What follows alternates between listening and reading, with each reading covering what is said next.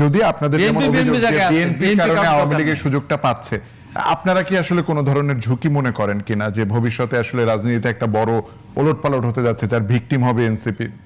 একেবারেই না। শুনেন, আমাদের কাছে মানুষের ম্যান্ডেট আছে, আমরা তো ভোটের হিসাব করি না। আমরা সংস্কারের ম্যান্ডেট নিয়ে, স্বৈরশাসনের পতনের ম্যান্ডেট নিয়ে রাজনীতি করতে এসেছি। আমরা মানুষের রাজনীতি করতে এসেছি।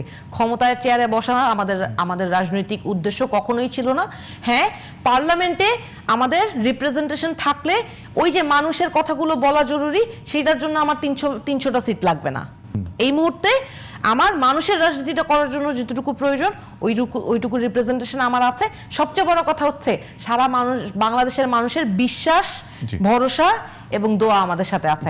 আওয়ামী লীগ না, এর চেয়ে বড় শক্তি আসলে কোনো ক্ষতি শেষ করব। আমি বলি এনসিপি ক্ষমতা যাওয়ার জন্য সবচেয়ে বেশি পাগল।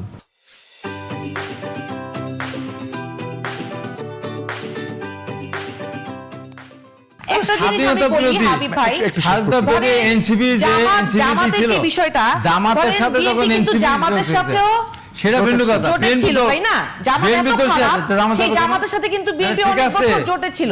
তাহলে এই কারণে আবার খারাপ আওয়ামী লীগের সাথেও কিন্তু তারা এখন সংসার করা শুরু করেছে। ওই যে আনুষ্ঠানিকভাবে যোগদান করতে পারছে। ওইটা কিন্তু অলরেডি ওনার কথা পরিষ্কার। যাওয়ার বেশি এর দরকার কি? তাই বলে স্বাধীনতার বিরুদ্ধে সাথে জোট করতে হবে জীবনের প্রথমেই?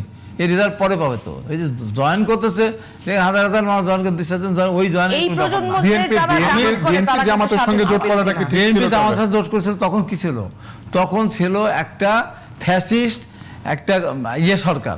সে তাদের বিরুদ্ধে গ্রামে বলি না, প্রায়ই তো বলি গ্রামে না 1996 সালে তো মাত্র একটা সরকার মাত্র 5 বছর ক্ষমতা ছিল।